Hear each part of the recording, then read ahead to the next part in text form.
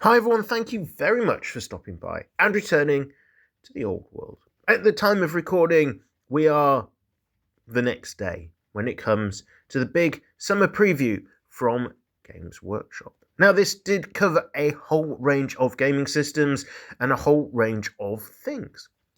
However, I'm going to be focusing in on the stuff that seems to be quite relevant to Warhammer The Old World. So without any further ado, let's have a look. And we'll start with the stuff that's being officially released for this gaming system. What have we got? Well, we've got some new models and we've got some new books. The models, these are relating to the Tomb Kings of Khemri.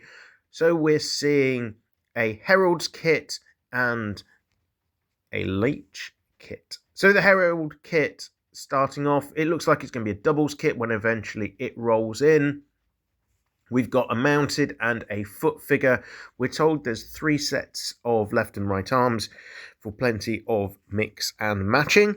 And it looks like one of these figures will be able to be a battle standard bearer. I have to say my eyes were very quickly drawn to the mounted character. It looks really dynamic, really interesting. I think it could offer some really interesting challenges to paint. So it could be something that for the better painters out there, and I absolutely do not count myself as one of those, I think there's going to be a lot of interest here. You're going to be able to do some really fantastic work with this.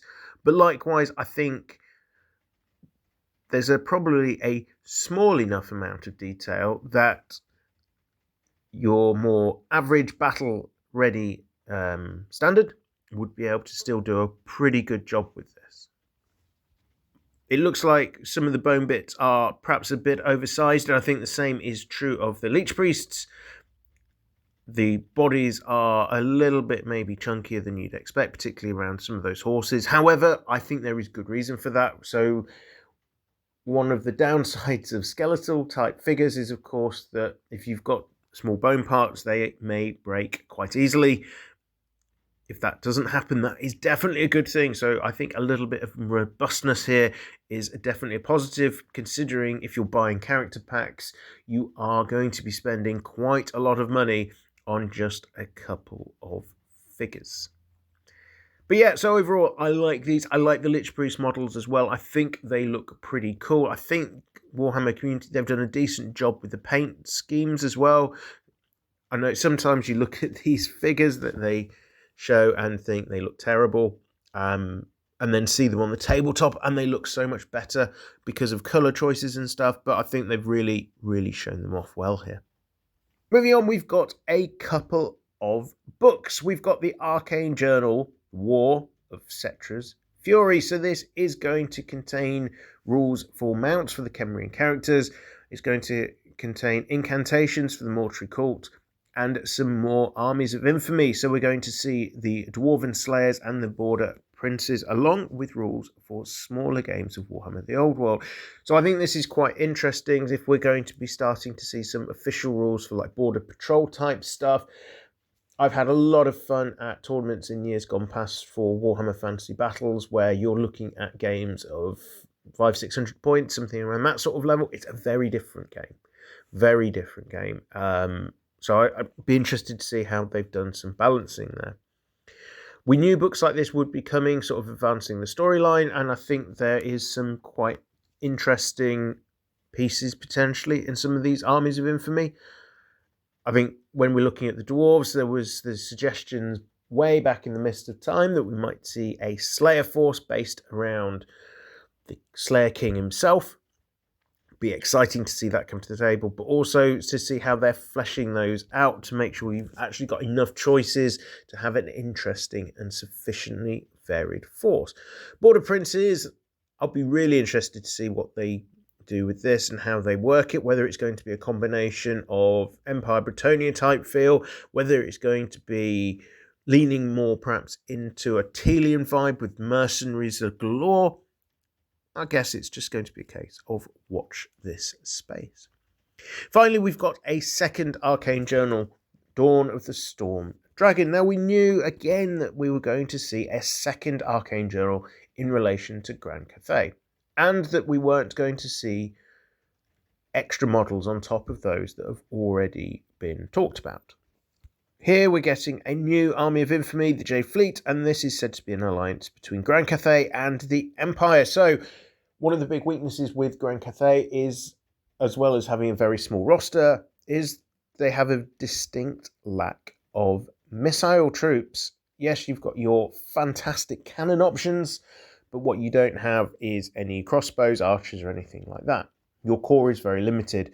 So leaning into the Empire, which has quite a selection of options and is obviously also a human faction, I think it's a good way of easily padding out that force without a reliance on formal allies. You can bring them both in as part of the same army. So what do I think overall? I think there'll be quite a bit of disappointment that the legacy factions haven't been promoted to the front line. I know that's an ongoing criticism. It's an ongoing desire by the community to see the Skaven, the Vampire Counts, etc., the Chaos Dwarfs, and we'll come on to those later, become a proper, fully fledged faction. That was never realistically going to happen, I don't think. I would have perhaps have liked a bit of a tease about Kislev, because it sounded very much previously that something might be happening about that. Maybe it will, maybe it won't, who knows at this point. We can only keep our fingers crossed. Maybe a few more models would have been nice. There does seem like we might be leaning into a bit of a sparse patch again when it comes to Warhammer The Old World and new model releases once we've got Cathay out the way, because there's only a couple of models being teased here.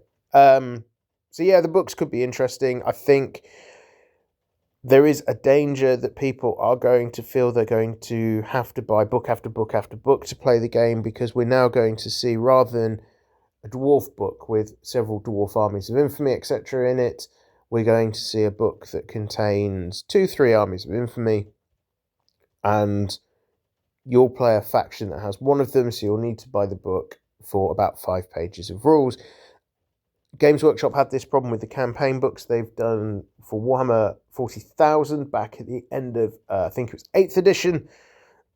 But overall, it's a well-trodden path, and I think if it does bring well-managed variants to the game and give us more options about how we take our models to the tabletop, that is not necessarily a bad thing. That is it for the Warhammer Old World stuff, but I do want to touch on a couple of other things that seem to have gotten people really excited. Mostly, this is around the Age of Sigmar releases for the Hellsmiths of Hashut, which could also be known as the Chaos Dwarfs. Now, it looks like the Chaos Dwarfs, the Hellsmiths, they're getting quite the range up for release. There's infantry, there's centaurs, there's artillery, there's big monster creatures, and there's characters. Now, obviously, they don't follow the kind of visual that we've come to expect for Warhammer The Old World, because, well, let's face it, they're Age of Sigmar models, they're following the aesthetic of Age of Sigmar, and I know a lot of people have been put off by this quite significantly, and saying that they have no place in the Warhammer Old World setting. The counter to that is obviously people can do what they want with their hobby. They can use whatever models they want, and as long as you're not going to an official Games Workshop tournament, let's face it, you can use whatever model a TO allows. When it comes to the aesthetics of these models, I think they're a bit of a mixed bag personally. Some of them are very much Age of Sigmar models. However, some of them, I think with some different paint choices, could fit quite nicely on the table of Warhammer The Old World. The artillery, it's just too sci-fi. For me, I do prefer the older look, so the Deathstreaker rocket battery, for example, and the old, what would have been an Earthshaker, I think, but having a look at it, did look better in the more classic style. But things like the infantry, they could definitely suit, and the characters, some of those characters look like they could look pretty decent. What I'm going to turn to at the moment, and hopefully you can now see the images on your screen, these are all taken from chorfs.com, where someone has done a little bit of reimagination around these sort of models with some conversion opportunities. I think it does show that there is potential for these figures in an old world setting. Finally, we're seeing a few models for the Nighthawk range, so any Vampire Count player, as always, might want to have a look at these figures. They're pretty dynamic and interesting, which I think we've come to expect to a certain extent from Age of Sigmar. A little overly complex at times, obviously not designed for ranking up. But yeah, offering some different angles there for the models you may or may not want to take to the field of combat. All that remains for me to say is thank you very much for listening to my roundup of the big summer preview. I hope you've found it interesting and that my thoughts may have been of some limited use to you.